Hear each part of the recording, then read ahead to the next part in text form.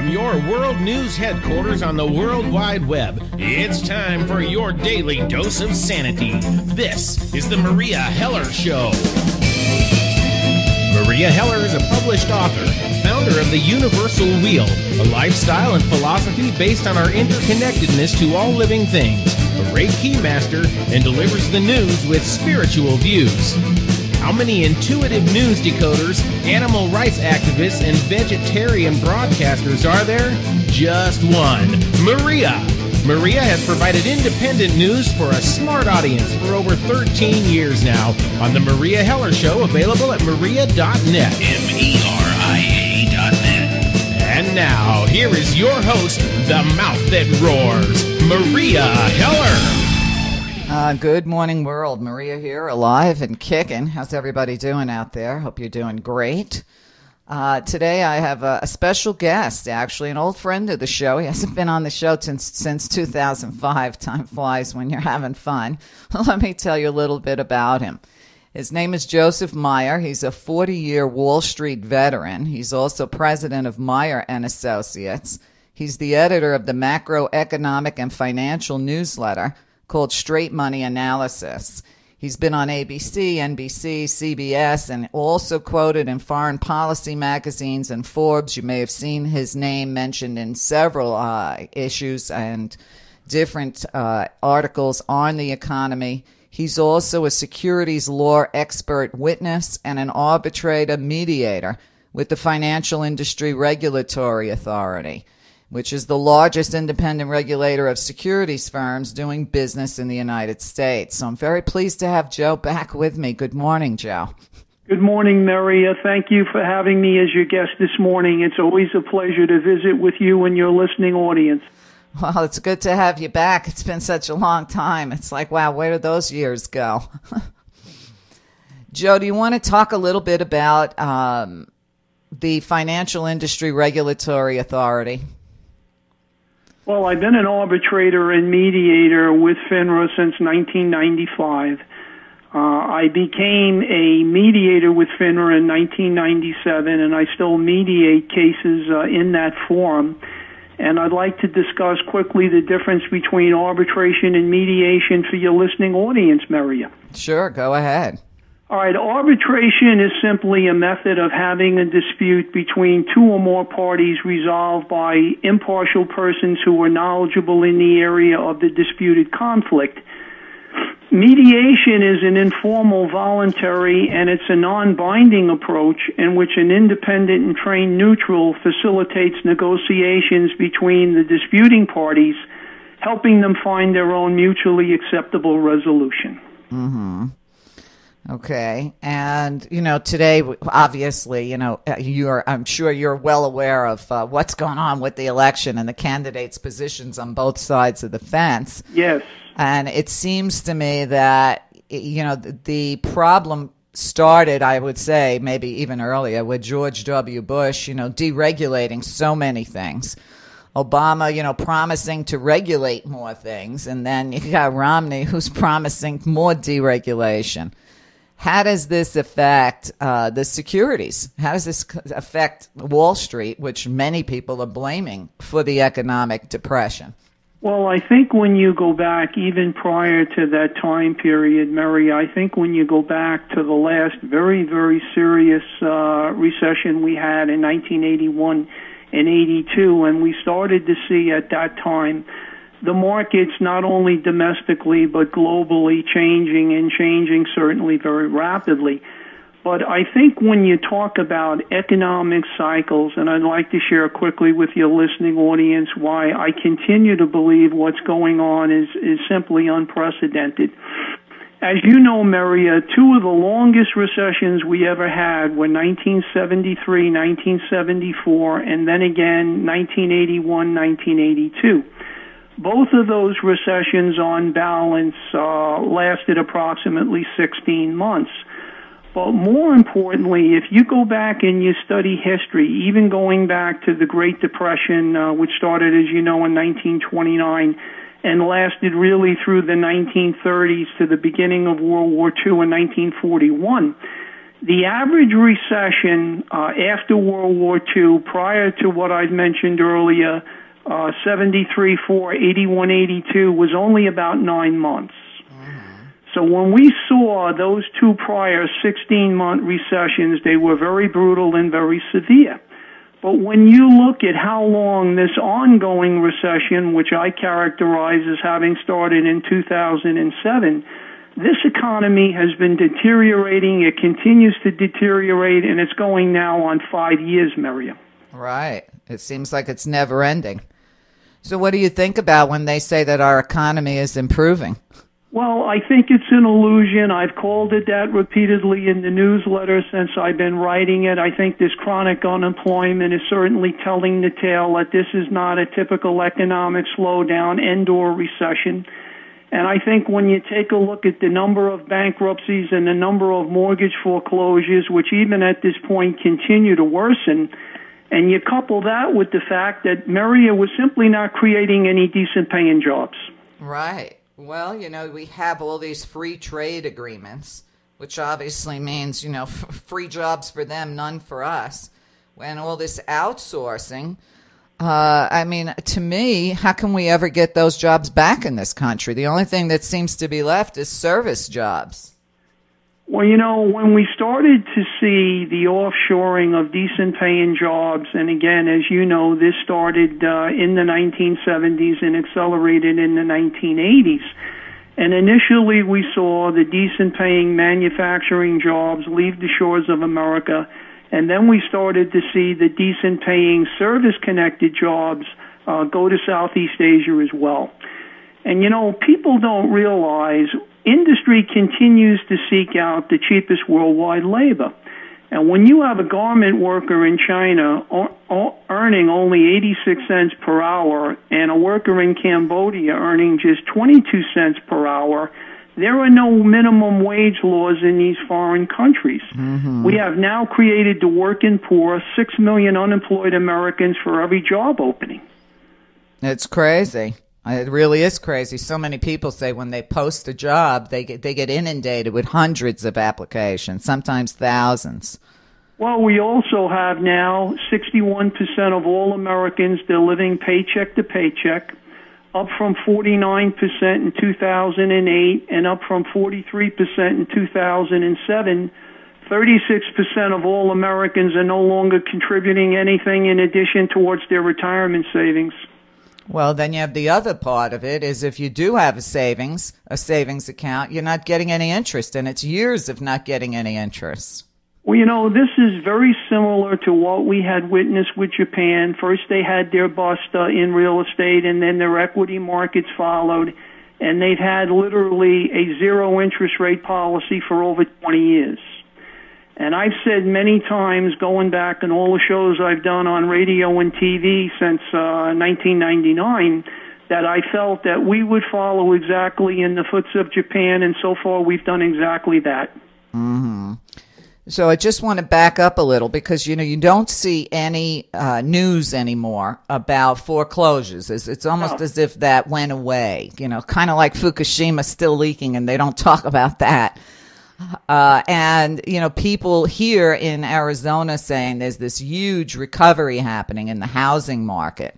I don't believe it. But the truth of the matter is most of the sales are short sales. Absolutely. So do they still have a huge inventory of foreclosures that they haven't released on the public? Well, I think the answer is twofold. Number one, they have a tremendous amount of foreclosures that have not come to the market. Secondly, banks have become very reluctant to take back property. They rather have the homeowner live in there and at least maintain it and keep it secure rather than foreclosing on it. So I think the biggest surprise is when these homes finally come to the market and they go to auction. I think a bigger surprise is going to be how little money they actually bring, Meria. Well, yeah. Well, let's not leave out the high inflated prices of housing. To where, where people were getting ridiculous amounts of money for a house. They might have paid $50,000 for it, and all of a sudden they're selling for $300,000. So it was like the race was on when it came to pricing housing. Well, going back when I saw the housing debacle unfold, and I had mentioned in a show I had done with Coast to Coast in 2004, that I thought we were heading towards a peak in housing, and that I thought it would be a full-blown debacle, and I thought the financial problems would reverberate through the economy because of it, and I was a little early. In fact, I was about 7 months early. But I had told Art Bell that night in that show that typically, and you've been around as long as I have, housing used to appreciate by the rate of annualized inflation. So a house used to appreciate about 3, 4, 5% a year. And as you know, we saw housing appreciating at 20% a year compounded for 5 years leading up to the peak in prices. So how anyone could think that home prices could continue to go up at the same time the decent paying jobs were being offshored to Southeast Asia, I still at this time cannot figure out, Meria, what people were thinking. I can't either. It became like a party, a Friday night party of a bunch of drunks that just kept betting higher and higher. Then we heard the term jobless recovery. How can we possibly have a recovery if it's jobless? Well, again, I think when you take a look at the jobs that are being created, these are minimum wage jobs. The cost of living, frankly, now is at the highest it's ever been in my lifetime. Everything you do, everything you use is extremely expensive. There isn't any way someone can support a family on these minimum wage, no benefit jobs. It's an impossibility. I totally agree. And then if you have people that are working 2 and 3 of these minimum wage jobs, or the underemployed, people that can only get part-time jobs, which are paying crap anyway. And you don't see that. You get these candidates, both sides. I'm going to create 5 million jobs. I'm going to create 10 million jobs. The bottom line is that, it's our politicians that created the mess we're in the first place by shipping our jobs off seas. I think about all these treaties, GATT and NAFTA, et cetera, et cetera. And, I remember when I started my show, Clinton was in office. And I was like, what's with all these deals he's making with China? And nobody wanted to pay attention. Well, when you take a look at Southeast Asia, and a lot of people don't understand, you have 40% of the world's population centered in just 2 countries, China and India. Mm-hmm. And when we started to see the offshoring, I know you remember that we initially sent the jobs to Mexico. From Mexico, they went to Japan on balance for some of the technology positions, and then from there, they went to Southeast Asia, primarily China and India. Those jobs are never going to return to the shores of America, Meria. They're not. How can they? They cannot. Right. So when they say they're going to create new jobs, I was reading yesterday, and I'm sure I read it in your newsletter, and I will talk about that too. Okay. That even fast food chains, McDonald's had like the worst quarter ever, not just in the United States, but in Europe as well.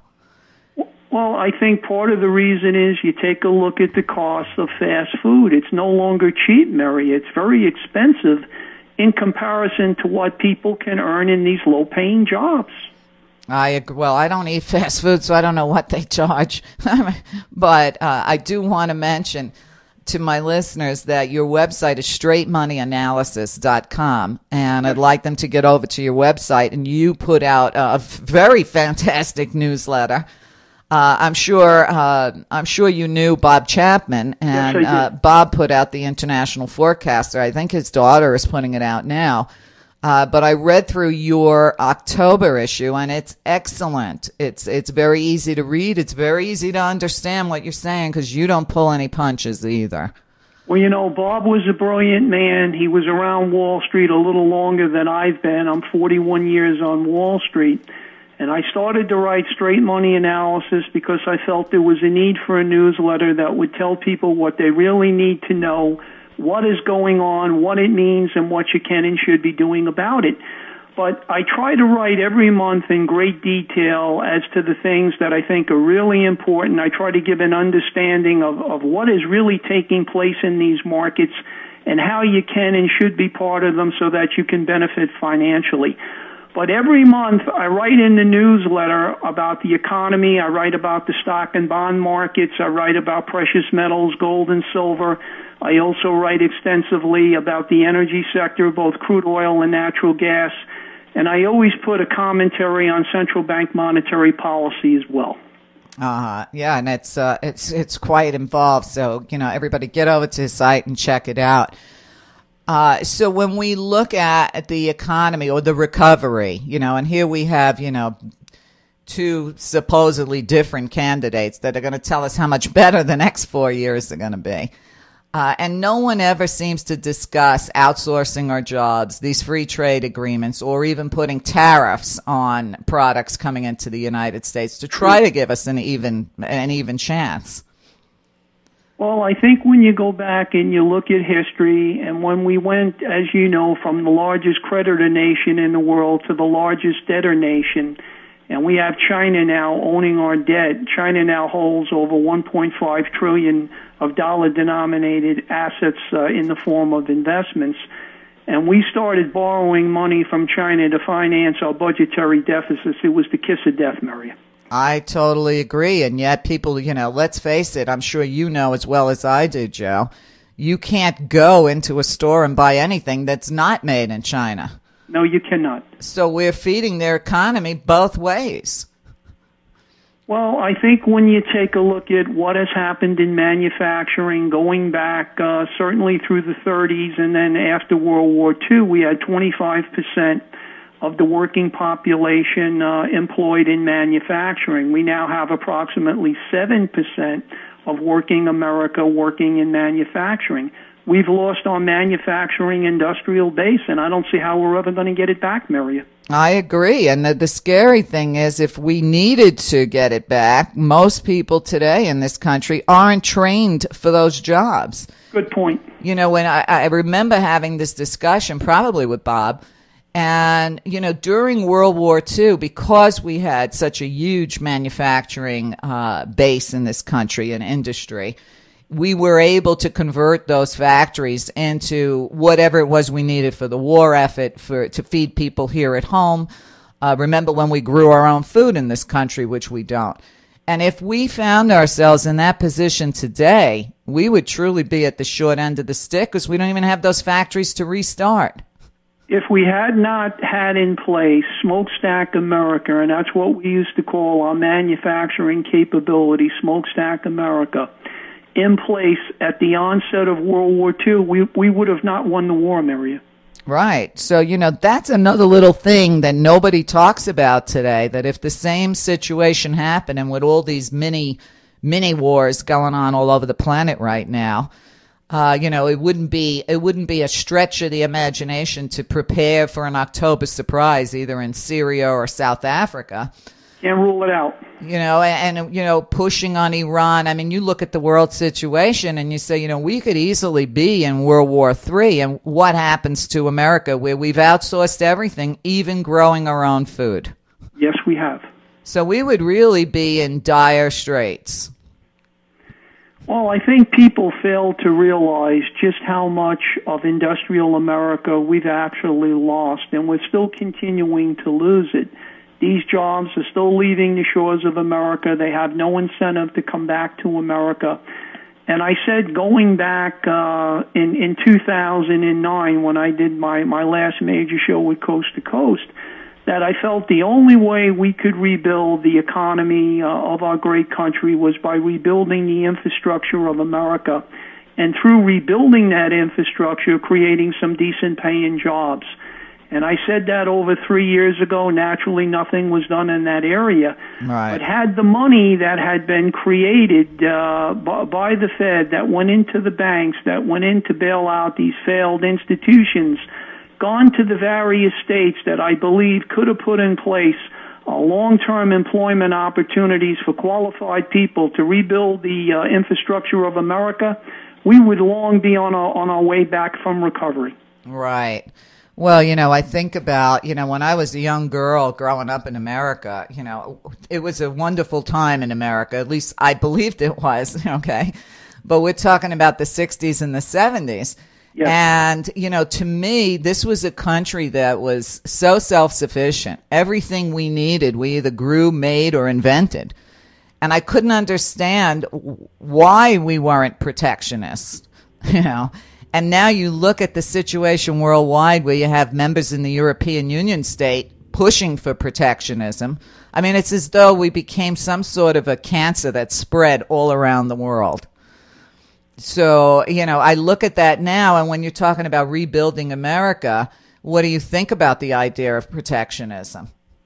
Well, you look at what has taken place since World War II, and I couldn't agree with you more that the 50s and 60s were a wonderful decade in which to be part of America and certainly enjoy all the things that we've had. I've said many times, this is not the country I was born in, and this is not the country I want to die in. Right. I think when we talk about our young people coming out of these universities, I've never seen the job market as bad as it is for a new college graduate. Where these people are ever going to find a decent paying job to even begin to pay off these student loans, I wonder. Right.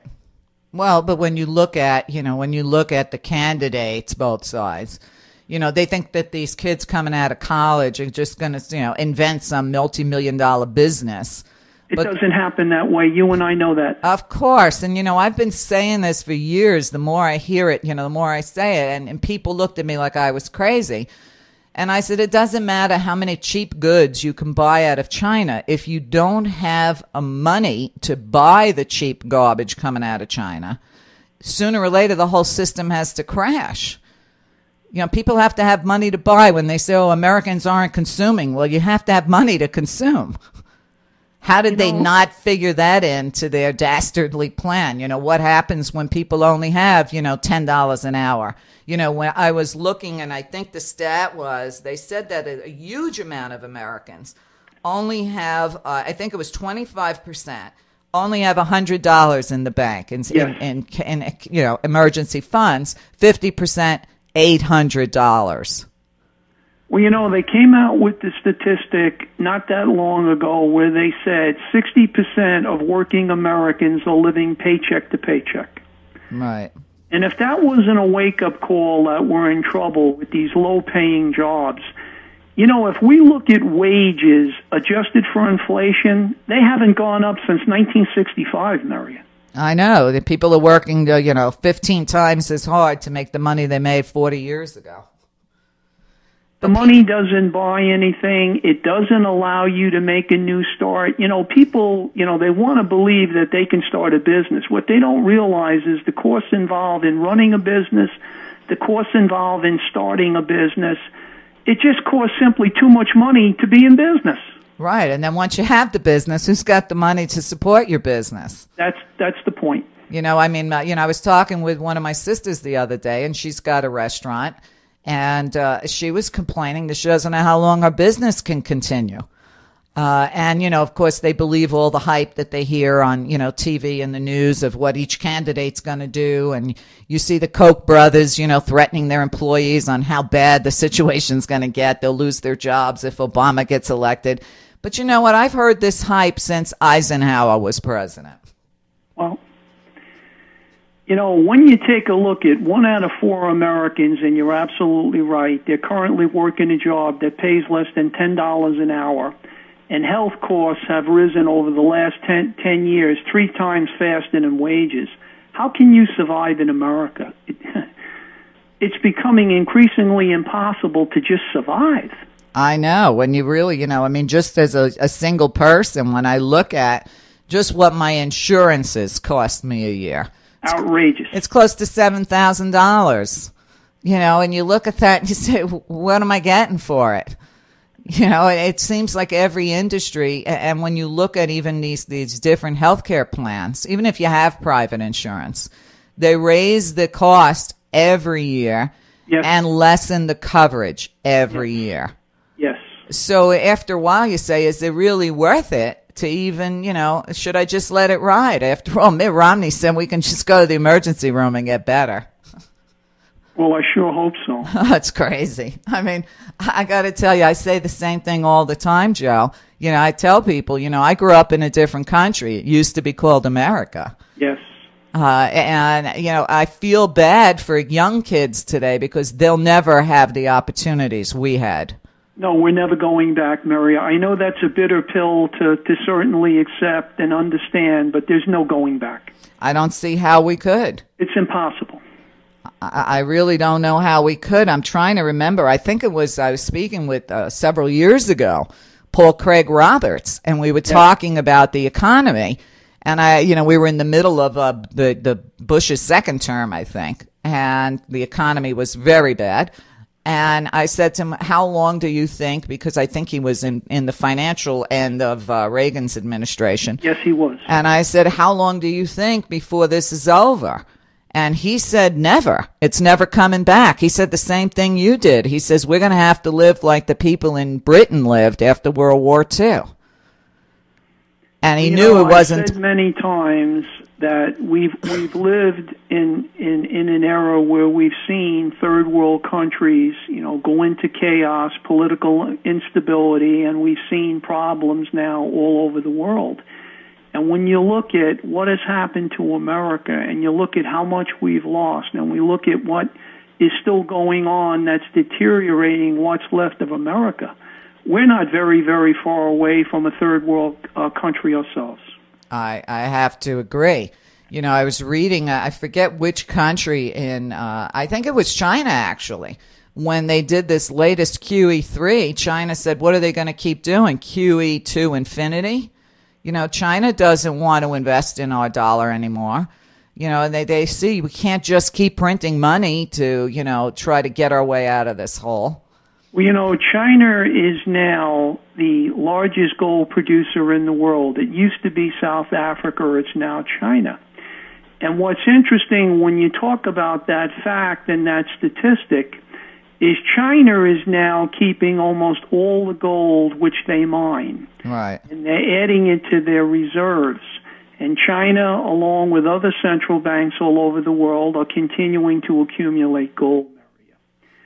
So this is a much different time, I think, when you take a look at the demographics of the world, the economies of the world, and never have we had the major economies of the world all in trouble at the same time. I think when you look at what's going on in Japan currently, they're in deep trouble. You certainly see the slowdown in China. They're undergoing a very serious recession. You see the European Union and the European sovereign nations on the brink of bankruptcy. And you see what is still ongoing here and continuing to deteriorate in America. So this is an unprecedented time, and as I've said in the newsletter, we're in uncharted waters. Well, I guess that's their downside to their globalization. I mean, these people, didn't they figure this out in advance? I think I could have figured the math part out with ninth grade math, that sooner or later the party would have to end.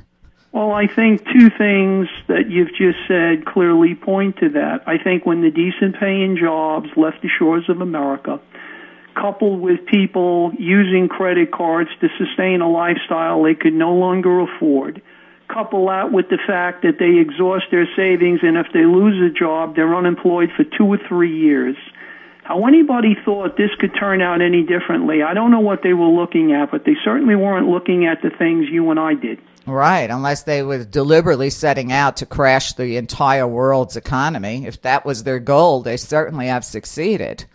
Well, when we take a look at, and I've written about this in the newsletter, and I titled it, and I know you'll love this, 4 Painful Economic Statistics. Let me read them to you very quickly. Number 1, the wealthiest 20% of all Americans now control 84% of all the wealth in America. At the height of the Depression in 1932, 1% of the population controlled 59% of the wealth of America.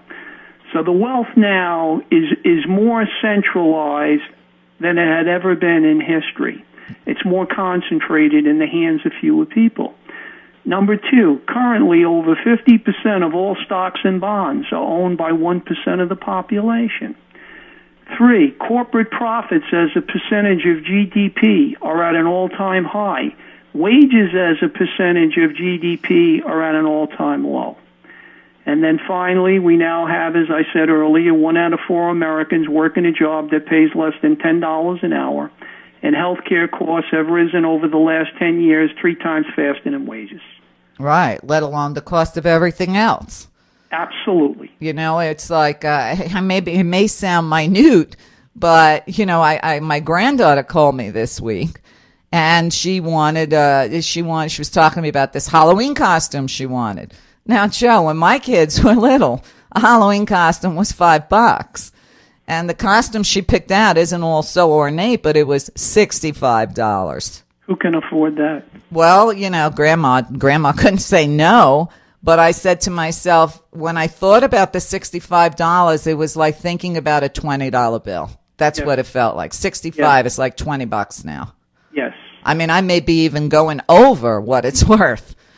So I said, well, okay, you know, like the little things, you could, I don't know if you have children. We never got personal. But, you know, when my kids were little, you could get them a good pair of tennis shoes or sneakers for, you know, maybe $50. Today it's $150. This is a different time. This is a different country. This is a different set of values.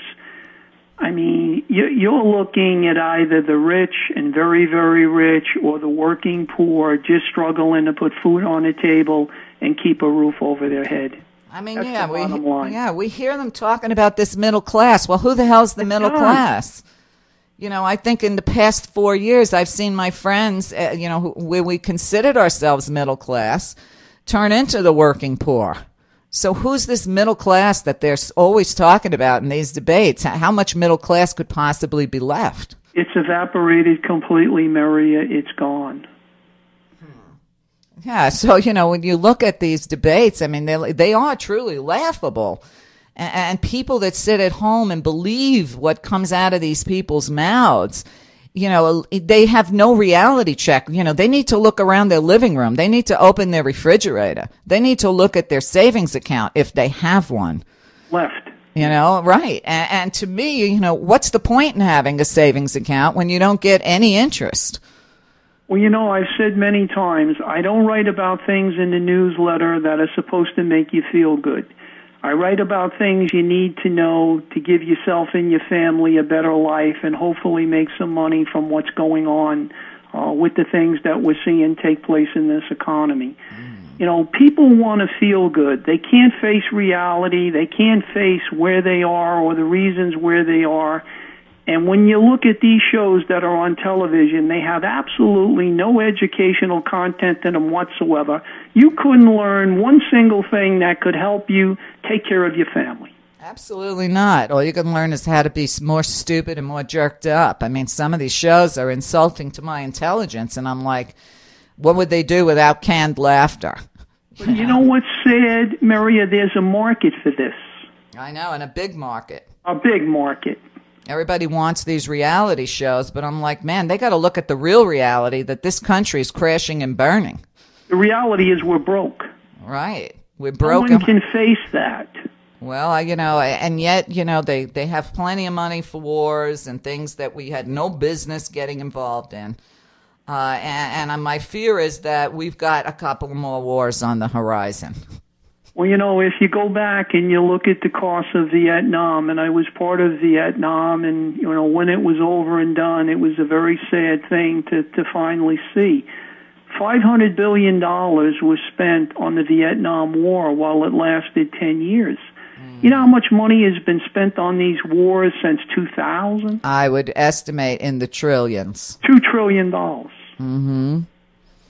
Yeah, and I mean, and for what? That money could have been used to rebuild the infrastructure of America and put people back to work in decent paying jobs. Exactly. That $2 trillion would have eventually found its way in the pockets of the consumer who would have spent it and put it back in the economy. Well, you remember when Bush was in office and he gave everybody that little rebate of maybe $300?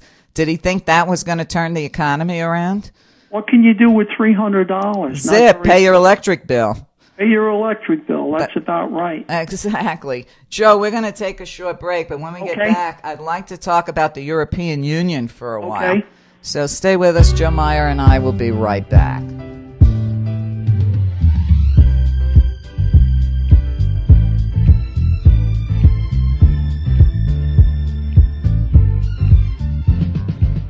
Hi, this is Maria Heller, producer and host of The Maria Heller Show, now in its 12th year on the net.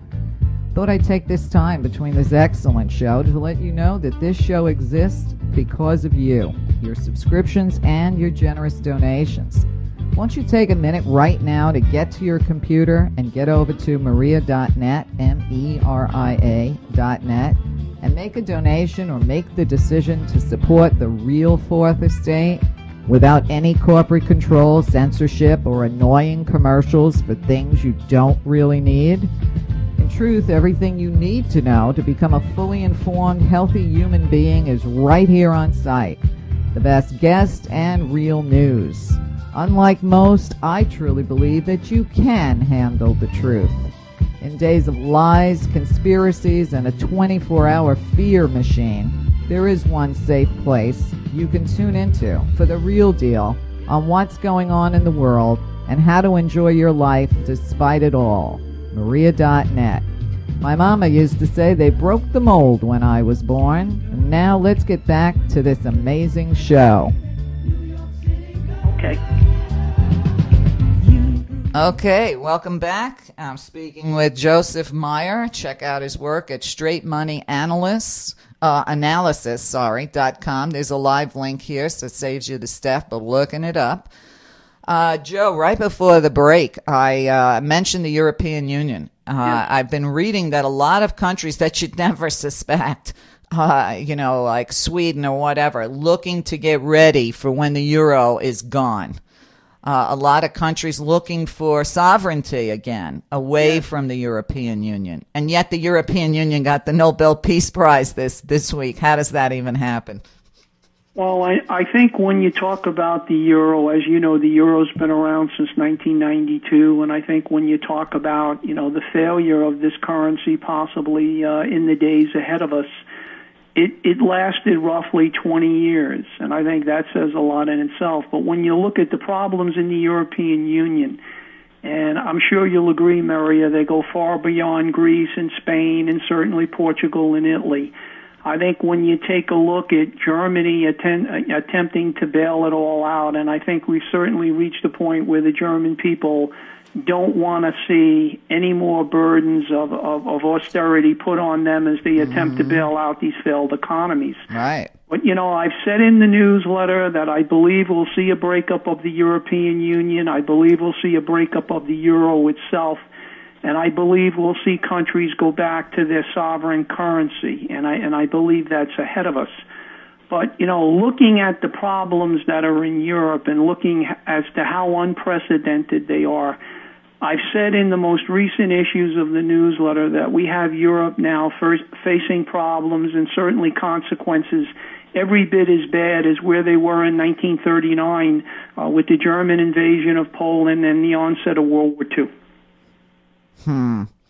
I have to agree. So what happens if the euro goes? How does that affect the dollar? Well, I think it's going to put pressure on all the currencies throughout the world, and has most recently been talk about a guilder mark. I don't know if you've heard anything on that. No, I haven't. Where they would take the strongest sovereign nations in Europe, certainly with Germany being the lead, and they would form what would be called the guilder mark. And basically, we would have the countries that are solid within the European Union. Not all the countries in the European Union certainly are as bad off as the ones I've mentioned earlier. But I think when you take a look at now how quickly the dominoes are starting to fall, how the contagion of this bad debt is now sweeping from one sovereign nation to another, I think, quite honestly, between now and the end of the year, we're really coming to the point where we're going to see, I think, very drastic action coming out of the ECB as well. Well, we surely live in interesting times. Some people talk about a need for the United States to get back on the gold standard. I don't know how you feel about it, but I think I was talking with Ellen Brown. I'm not sure if you're familiar with her work. Yes. And Ellen said there's not enough gold in the world to back the amount of dollars that are out there, and she didn't feel that we had enough gold to go back to the gold standard. What's your opinion? Well, I've done some research in the straightmoneyanalysis.com newsletter, and I listed the largest gold reserves by nation. Mm-hmm. And there's 15 countries that have the largest gold reserves by nation, and I'd like to run them by quickly for your listening audience to put your very question in perspective, Meria. Sure, absolutely. The largest gold reserves would be the United States. The number 2 would be Germany. Number 3 would be the International Monetary Fund. Number 4 would be Italy. Number 5, France. Number 6, China. Number 7, Switzerland. Number 8, Russia. Number 9, Japan. Number 10, the Netherlands. Number 11, India. Number 12, the European Central Bank. Number 13, Taiwan. Number 14, Portugal. And number 15, Venezuela. Mm-hmm. Well, it's saying the United States has the most gold. Purportedly. Purportedly. Well, what about all those fake tungsten bars we sent to China and got busted for that? Well, I wrote about that again in the October issue of Straight Money Analysis, that we're starting to see phony gold bars turn up, and they're not gold, they're tungsten filled. Mm-hmm. And I think that, again, is coming back to your point that there's a shortage of physical gold, and I believe a shortage of physical silver in the markets as well, Meria. Right, and then you had a lot of people who were rushing into buying this, and they were basically just buying paper certificates, paper gold, paper silver. So how long before that bubble bursts? Well, I've said many times that what we're witnessing with gold and silver is certainly what we would call a supercycle commodity bull market. And I did the research where there's only been 5 prior commodity bull markets over the last 200 years, and they usually last, when they occur, Meria, between 18 to 20 years. That's how long these bull markets can last. Mm-hmm. But I want to name also quickly for your audience the 5 prior supercycle commodity bulls we've had prior to this one. And you had the first one, which was the War of 1812. Then you had the second one, which was the Civil War. Third one was World War I. Fourth one was World War II in Korea. The fifth one was the Cold War, and now the sixth one, and this is the 6th time, the War on Terror, which began in 2001. So we have anywhere from about 8 to 10 years of further upside movement in the commodity bull, which will certainly affect, I think, very positively both gold and silver. Right. Well, I have a lot of people that ask me about investing in foreign currency. What do you think about that? Well, I think the anchor to everything we do when we certainly talk about what is going on with the dollar and certainly what is going on throughout the world is you've got to have your gold and silver. Ideally you own your coin, your bullion, and then you own the highest quality precious metal mining shares. Because I still believe the greatest gains in the precious metal bull are not behind us, Meria. They're still in front of us.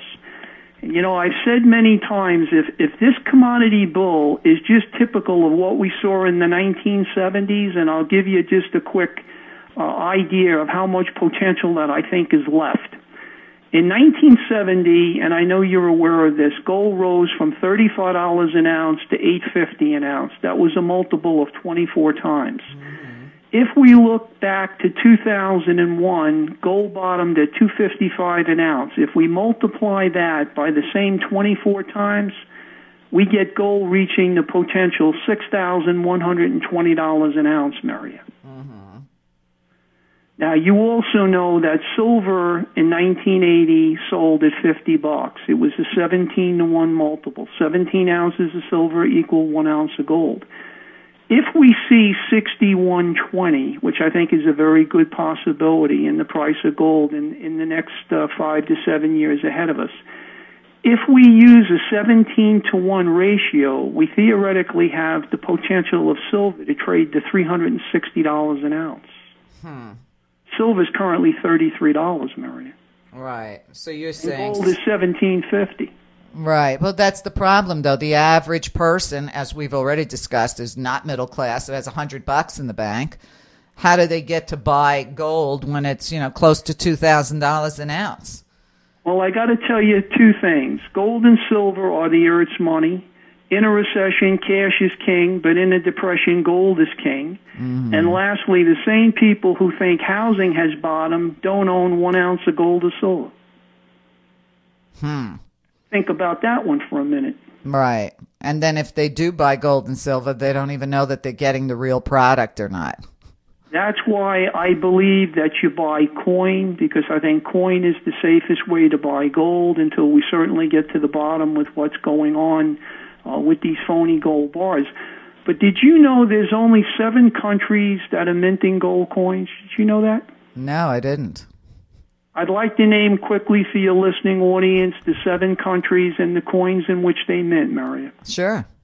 All right, number 1 is Australia. It's the Nugget Kangaroo Gold Coin. Number 2 is Austria. It's the Philharmonic Gold Coin. Number 3 is Britain. It's the Sovereign Gold Coin and Britannia Gold Coin. Number 4 is Canada. It's the Maple Leaf Gold Coin. Number 5, South Africa, the Krugerrand Gold Coin. Number 6 is the United States, the American Gold Eagle. And number 7 is China, the Gold Panda.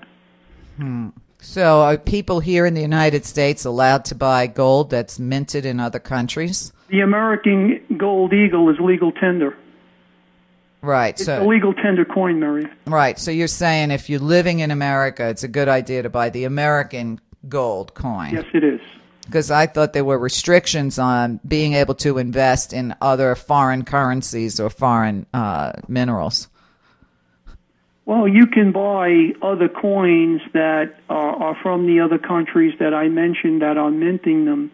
As you know, going back in the 70s, one of the most popular coins was the South African Krugerrand. At the time, South Africa was the largest gold miner in the world. And then naturally, you know, you had the Canadian gold maple leaf as well. So, I mean, these coins have been around a long, long time. But when you talk about the Austrian silver Philharmonic, did you know it's the only silver coin denominated in euros? No, I didn't. And it has legal tender status and is also one of the rarest silver coins in the world. Wow. It's what people don't know, Meria. Well, of course. Of course. People still think we're in a recovery and foreclosures are over and the jobs are coming back. I don't know how long it's going to take for people to realize that we've become a soup kitchen nation. I called the recovery an illusion from day one. I said the economic statistics are bogus and false. And if you look at the official number of unemployment, they're telling us it's 7.9. The real number's over 22%. They're telling us U.S. GDP is 1.62%. The real number's minus 2.17%. They're telling us inflation's 2.65% a year. The real number's over 10%.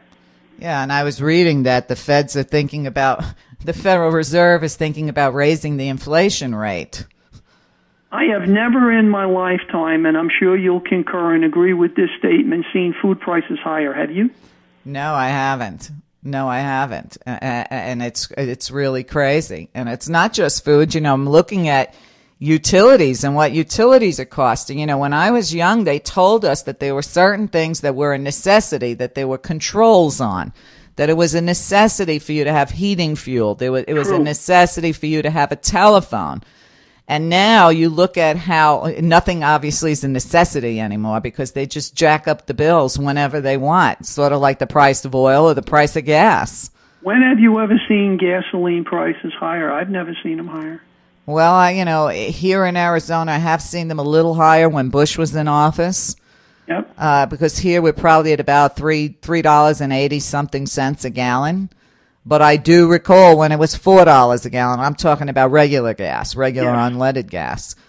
And, you know, they raise it a lot and then they drop it a little, so they think they're doing you a favor. Do you know what country has the highest gasoline prices in the world? No. Germany, $11.50 a gallon. Unbelievable. And yet Germany gets the pleasure of bailing out the rest of Europe. You know what country has the cheapest gasoline prices in the world? Venezuela, 12 cents a gallon. Well, I was reading in the news the other day how bad it's going to be for the poor here for heating fuel. And not just here, also in Scotland, they're really going to get ripped off this year. When you and I were growing up in the Northeast, I remember heating oil was 15 cents a gallon. Uh-huh. I'm talking in the 50s. Oh, well, I don't remember that because I was just a little girl. I didn't pay attention to prices. In the 50s and early 60s, heating oil was 15 cents a gallon. You had a 250-gallon tank in the basement. Mm-hmm. And you used to fill it a couple of times to get you through the winter. Mm-hmm. You've got heating oil now over $3 a gallon. I know. It's crazy. So people, what are they going to have to do? Freeze to death while they're eating their cat food for dinner? I mean, I don't mean to make light of it, but I mean, what the hell is it going to take for Americans to wake up? You know, when I used to ask that question to Bob Chapman, he always said they haven't lost enough yet. He was absolutely right. You know, and I'm thinking, and I look around and I'm like, okay, there's soup kitchens everywhere. I think it's 25% of school children that are homeless. I mean, how much worse does it have to get for Americans to wake up? Well, you got 44 million Americans on food stamps. You've got many Americans that have exhausted unemployment. They were on it for 2 years, so they can't draw down any more unemployment. And you've got these low-paying jobs that wouldn't even buy a pack of cigarettes. You got a pack of cigarettes selling for over $8, people making $7.65 an hour. Right. When can you ever remember a pack of cigarettes costing more than somebody could earn at the minimum wage? Yeah, I don't. We just had that conversation with one of my friends yesterday. I said, remember when cigarettes were 35 cents a pack? 35 cents a pack. And when I was a little girl, they used to sell them loose. My mother used to send me down to the candy store with 2 cents to buy a cigarette. And you look at it, and the cigarette smokers get the heaviest taxes on their drug of choice.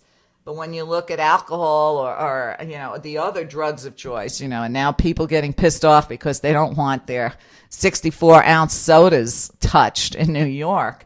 It's like, what kind of world are we living in now where the government's even going to measure how much soda you drink? And people still don't wake up.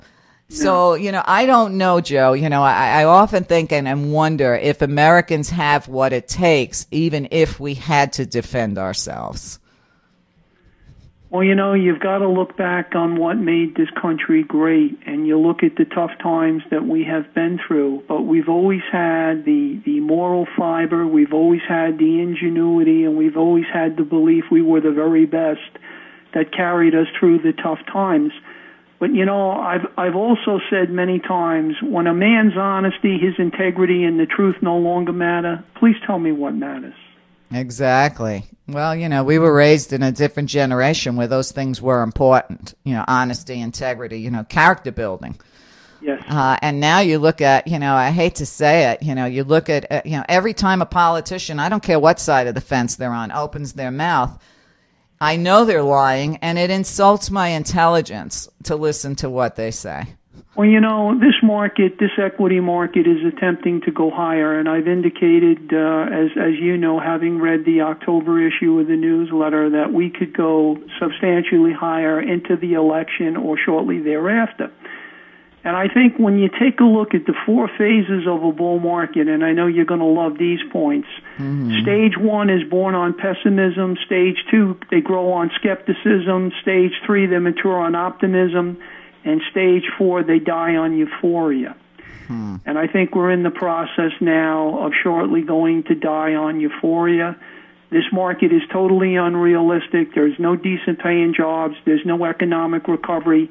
They could run this Dow to 15,000. It wouldn't create one decent paying job, Meria. And this is what no one can face, and these are the things you can't say on television. And as you know, I've been on ABC, NBC, CBS News. I couldn't say these things on television because they wouldn't have me.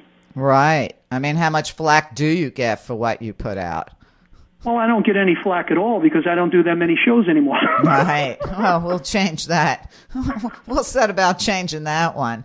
But that's the other thing. People don't realize, people on TV, your hands and your mouths are tied or they kick you right off the air. I can't say that was ever done to me when I did the 85 shows that I did on 7 different networks. As you know, I've appeared with ABC, NBC, CBS here in South Florida. But when I'm in the Northeast, I appear with Time Warner, New York One. I appear with Comcast Cable News. News 12 New Jersey has had me many, many times. So I can't say that I was never allowed to say the things that I truly felt. But then again, we talked about topics that really were not that controversial at the time, Meria. Right, but now if we don't talk about these controversial topics, all will they just certainly don't have be me lost. anymore. You know, I love to do these shows and tell people what they really need to know, and you know, I don't get the opportunity to do the shows the way I once did. I still do a lot of radio, but again, not as many shows as I had done years ago. But I think the public wants the truth. I think they know things are not good. I think they realize things are getting worse. And quite honestly, they're at the point they don't know what to believe. Exactly. Well, you know, luckily, you know, my audience grows and then, you know, there are a few shows that are actually worthwhile besides mine. And I've noticed, you know, I mean, Joe, I've been doing this for 13 years online. I do notice that the pulse of the people is changing. People are much more aware of the big issues, the Federal Reserve. I agree. You know, outsourcing, everything from chemtrails to fluoride in the water, people and vaccines. People are so much smarter now, and you know they didn't get that information on TV or, you know, mass media. You know, I just realized just a week or so ago that Clear Channel is owned by Bain Capital. So when you look at who owns what, you start to understand why a voice like yours or mine will never be there. Well, you know, I think when it comes down to telling the truth, I think when it comes down to sharing our wisdom and experience, I think people will always respect the things that we say. I think we don't get the opportunity to say them in the forums that we really should, but I think we have our own listening audiences. We have our own loyal people that certainly want to hear what we have to say and why we think it's important. And we continue to give people the information they need, as I've said many, many times, to make hard decisions with their money and make decisions that are good ones and wise ones and ones that will benefit their families in the years ahead. Absolutely. Well, Joe, if you're open to continuing this on the Meria Show, I'm happy to have you back. I'd love to do it. I'd be honored to certainly appear with you on a regular basis, Meria. That's great. Joe, I want to thank you so much for joining me today. It's a pleasure. Thank you so much for the opportunity to visit with you once again and visit with your listening audience, Meria. It was a pleasure. Thank you. You're welcome. Take good care now. Thank you so much. Bye. Bye now. Joseph Meyer. And there you have it. So Joe's newsletter is pretty intense. It's very well done. Again, check him out. And let me know what you thought of today's show. And that's pretty much it. Tomorrow, Dave McGowan's joining me. We've got a new episode in the Laurel Canyon story, which is exclusive on the Maria Heller Show, nowhere else. And you'll want to tune in because Dave's always got the down and dirty. And I'll see you guys then. Thanks for listening. Thank you for listening and supporting the Meria Show. Tell others what you learned today. Knowledge becomes wisdom only when it's shared. Encourage others to subscribe today. www.meria.net. Often imitated, never duplicated. A world of information all in one place. www.meria.net. Always ahead of the curve. Always on your side. Get active or get radioactive. Subscribe today.